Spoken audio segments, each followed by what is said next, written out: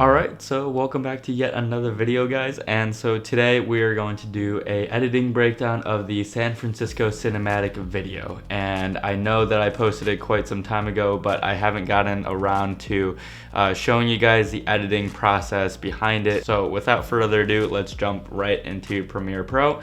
And yeah, let's get into it. First shot immediately pops you with color, and I love that about the shot, and that's why I picked it. And it flows really nicely because I do a panning shot and I follow the truck with a slight zoom, as you can see in the motion effect on the top left. When you're filming, you need to go in the same direction of the previous shot. So this guy is going from left to right, and then the second shot is also left to right. So it really just adds some fluidity into your videos. And so moving on to the Palace of the Fine Arts part of the video, and this sequence is probably my favorite sequence in the whole entire video because the fluidity aspect. Shout out to Brian O'Loughlin for filming this sequence of me. Ironically, I'm wearing the same exact shirt, but so we spin and there's a speed ramp that goes into the next shot. So all the movements really just go together, and I think the speed ramps went really well. And so my favorite part about this whole entire thing is the direction of all of the different shots, and also the consistency of the colors. I love the neutrals that are in the Palace of the Fine Arts, and I love the way that I color corrected them. And I love the way how the greens really pop and how it complements the redwood trees and muirwood sequence as well. And so to end off the Palace of the Fine Arts sequence, I had actually an iPhone clip, and it was just filmed on my iPhone 13 at 0.5, and it did the trick. It's a little bit more saturated, it's a little bit sharper than the other video clips if you really look carefully, but it's a simple speed ramp and a dissolve into Pier 39. And the Pier 39 clip really sells the transition with a luma key effect, as you can see on the top left over there.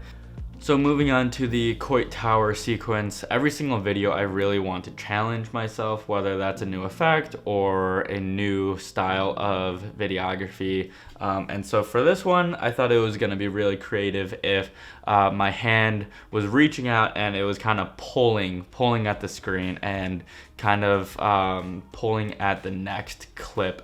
And I didn't have a wide angle lens on me at the time. I only had my 35 and 85. So I used my phone for this one again, and it's just a pull into muirwoods.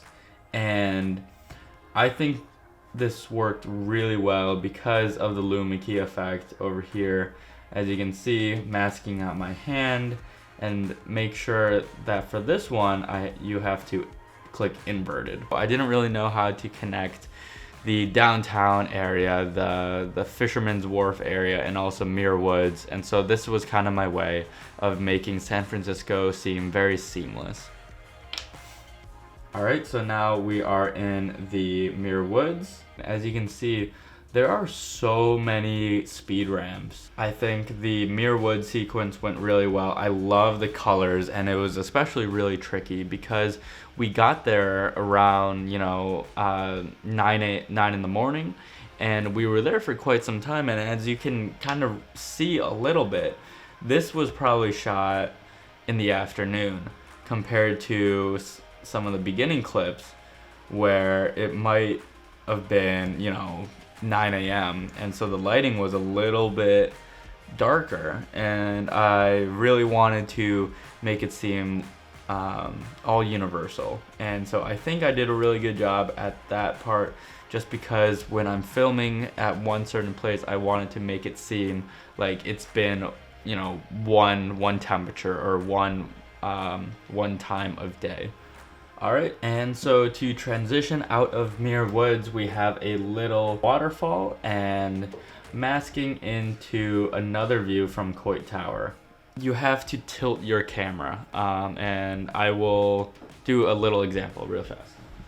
Alright, so if you have your camera right here, and let's use my water bottle for an example, and I'm filming and you're tilting this way. So let's go from here, and then to transition, you have to tilt it to the right. In order to sell that, the next shot has to start in that position. So you go from here and then to the right. So you go like this for the first shot, and then for the second shot, like that. I hope that makes sense. So we have that in-camera transition right there, and that was incredibly seamless, and it was done with, again, only a speed ramp and a cross dissolve right there. We had a little bit of post zooming in into Coit Tower right there, and then to sell another transition, we had a masking shot into a road sign right there. One of the last big sequences was Alcatraz, and I didn't know where to put it exactly. There was a slight dip in the energy for about 30 seconds of the whole entire video. I didn't feel like Alcatraz was necessarily sad, nor was it energetic. It was kind of just its own entity. Especially during Alcatraz, I wanted to focus on attention to detail of the different clips. So are there seagulls chirping? Are there footsteps? Is the wind blowing? And what does Alcatraz really sound like, I guess? So overall, one of the biggest lessons that I've learned while doing these types of videos is you have to plan out where you are pointing your camera, what direction you're going. You know, are you pointing your camera right, or are you putting it to the left?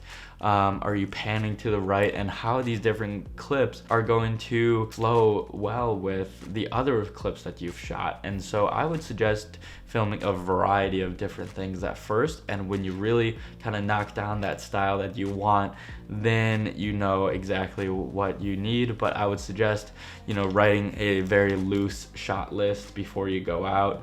Scout out a couple areas, check the weather. I cannot stress that enough, because if the weather is sunny, you need ND filters and you need to have the right tools for the right weather. So that is it for me today. I hope that you guys learned something about my workflow and editing process, and I will see you guys in the next one.